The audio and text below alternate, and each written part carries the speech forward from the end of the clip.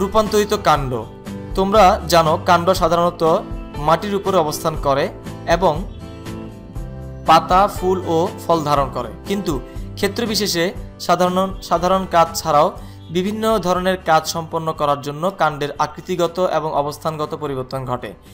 এই ধরনের পরিবর্তনকে কাণ্ডের রূপান্তর বলে। অবস্থান অনুযায়ী রূপান্তরিত কাণ্ড তিন প্রকার, যথা ভূনিম্নস্থ, অর্ধবায়বীয় ও বায়বীয়। ভূনিম্নস্থ রূপান্তরিত কাণ্ড প্রতিকূল পরিবেশে টিকে থাকা, খাদ্য সঞ্চয় এবং অঙ্গজ উপায়ে বংশবিস্তার করার জন্য কিছু কিছু উদ্ভিদের কাণ্ড মাটির নিচে বৃদ্ধি পায়। এই ধরনের কাণ্ডকে ভূনিম্নস্থ রূপান্তরিত কাণ্ড বলে। এরা চার ধরনের হয়ে থাকে, যথা স্ফীতকন্দ, মৌলকাণ্ড বা রাইজোম কন্দ ও গুড়িকন্দ। টিউবার বা স্ফীতকন্দ, গোল আলু স্ফীতকন্দের একটি উদাহরণ। স্ফীতকন্দে পর্বমধ্য, শল্কপত্র ও কাক্ষিক মুকুল থাকে। শল্কপত্রের কক্ষে গর্তের মতো অংশকে চোখ বলে। অনুকূল ঋতুতে চোখ হতে কাক্ষিক মুকুল বৃদ্ধি পেয়ে নতুন উদ্ভিদের সৃষ্টি করে। খাদ্য সঞ্চয়ের জন্য স্ফীত হয়ে এরা গোলাকার রূপ ধারণ করে। আমরা টিউবারের যে চিত্র দেখতে পাচ্ছি তা হচ্ছে এরকম। রাইজোম, আদা, হলুদ প্রভৃতি উদ্ভিদের কাণ্ড রাইজোম জাতীয়। এরা মাটির নিচে খাদ্য সঞ্চয় করে, সমান্তরাল বা খাড়াভাবে অবস্থান করে। এদের সুস্পষ্ট পর্ব এবং পর্বমধ্য থাকে। পর্ব হতে শল্কপত্র ও অস্থানিক মূল ও শল্কপত্রের কক্ষে কাক্ষিক মুকুল উৎপন্ন হয়। রাইজোমের চিত্র আমরা আদা দেখতে পাচ্ছি বা হলুদ দেখতে পাচ্ছি। কন্দ, পেঁয়াজ, রসুন ইত্যাদি উদ্ভিদের কাণ্ড এই প্রকারের। এদের কাণ্ডটি কন্দ খুবই ক্ষুদ্র, গোলাকার এবং উত্তল। পর্ব এবং পর্বমধ্যগুলো সংকুচিত। পুরু এবং রসালো শল্কপত্রগুলো এমনভাবে অবস্থান করে যে কন্দটি দেখা যায় না। এ কাণ্ডের নিচের দিক থেকে প্রচুর অস্থানিক গুচ্ছমূল বের হয়। আমরা প্রচুর অস্থানিক গুচ্ছমূল দেখতে পাচ্ছি, সরু সরু কাণ্ড দেখতে পাচ্ছি, কাক্ষিক মুকুল, শীর্ষ মুকুল এবং রসালো শল্কপত্র। পেঁয়াজ ছাড়ালে যে খোসাগুলো দেখা যায় সেটি স্তরে স্তরে ভাগ করা থাকে, সেটাকে রসালো শল্কপত্র বলা হয়। গুড়িকন্দ, ওলকচু গুড়িকন্দের একটি উদাহরণ। এই ধরনের কাণ্ড বেশ বড়, আকৃতিতে প্রায় গোলাকার। এতে সুস্পষ্ট পর্ব এবং পর্বমধ্য থাকে। শল্কপত্রের কক্ষে উৎপন্ন পার্শ্ব বা পাক্ষিক মুকুলগুলি বড় হয় এবং শিশু গুড়িকন্দের সৃষ্টি করে। গুড়িকন্দের ছবি দেখতে পাচ্ছি, অস্থানিক মূল, কাক্ষিক মুকুল এবং শল্কপত্র। অর্ধবায়বীয় রূপান্তরিত কাণ্ড, নরম কাণ্ডযুক্ত বিরুৎ উদ্ভিদে এক ধরনের বিশেষ শাখা উৎপন্ন হয়। এই শাখাগুলো অঙ্গজ প্রজননের মাধ্যমে নতুন উদ্ভিদের সৃষ্টি করে থাকে। মাটির উপরে বা সামান্য নিচে অবস্থিত এই ধরনের দুর্বল সাহিত্য রূপান্তরিত কাণ্ডকে অর্ধবায়বীয় কাণ্ড বলে। এরা চার প্রকারের হতে পারে।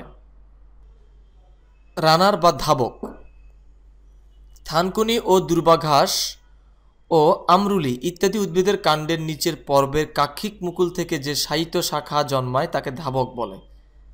ধাবকের চিত্র দেখতে পাচ্ছি, রানার অস্থানিক মূল, সেন্ট্রাল স্টোলন বা বক্র ধাবক।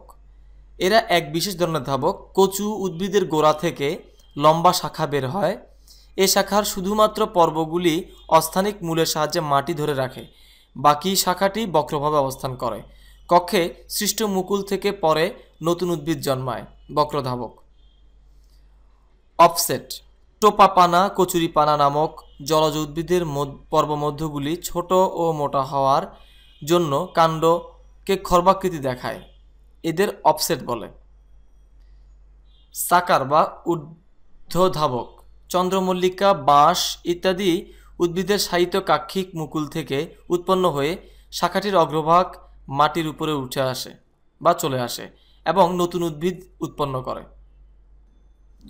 বায়বীয় রূপান্তরিত কাণ্ড, এ সকল কাণ্ড মাটির উপরের স্বাভাবিক কাণ্ডের মতো অবস্থান করে, কিন্তু বিশেষ ধরনের কাজ যেমন খাদ্য তৈরি, অঙ্গজ প্রজনন, আত্মরক্ষা, আরোহণ ইত্যাদি কাজের জন্য রূপান্তরিত হয়ে থাকে।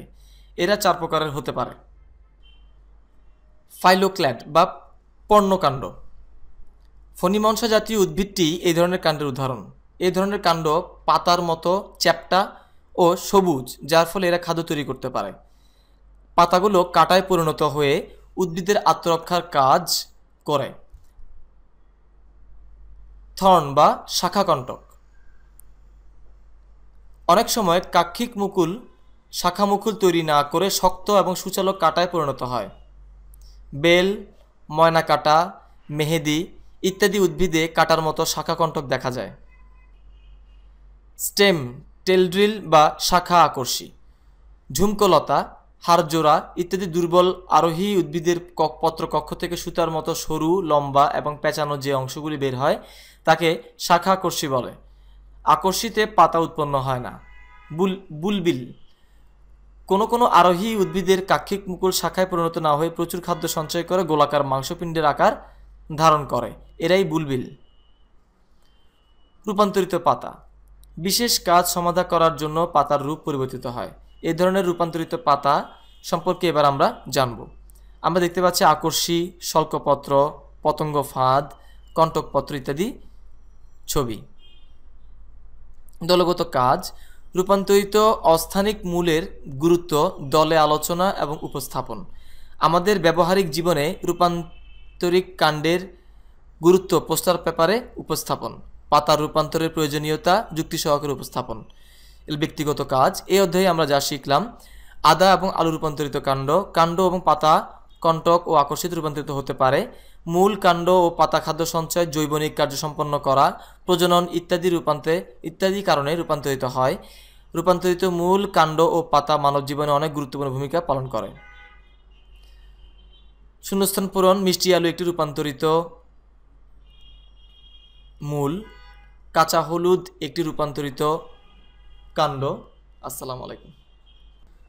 তাহলে আমরা দেখতে পাচ্ছি শূন্যস্থান পূরণগুলো: মিষ্টি আলু একটি রূপান্তরিত মূল, কাঁচা হলুদ একটি রূপান্তরিত কাণ্ড, ফণী মনসা একটি রূপান্তরিত। এভাবে করে আমরা প্রত্যেকটি জিনিস অধ্যায়গুলো থেকে ভালোভাবে পড়ে আমরা লিখে নেব। ব্যক্তিগত কাজ। সংক্ষিপ্ত প্রশ্নের উত্তরগুলো আমরা লিখব। গোল আলু মূল নয় কেন? ফণী মনসা দেহটি কাণ্ড না পত্র? ব্যাখ্যা করো। পাতা কী কী কারণে রূপান্তরিত হয়? আমরা আগে পড়েছি। কাণ্ডের বিশেষ কাজগুলি উল্লেখ করো। মূল কী কী কারণে রূপান্তরিত হয় ইত্যাদি লেখ। বহু নির্বাচনী প্রশ্ন দেখতে পাচ্ছি। কোন উদ্ভিদের মালাকৃতি মূল থাকে? করলা।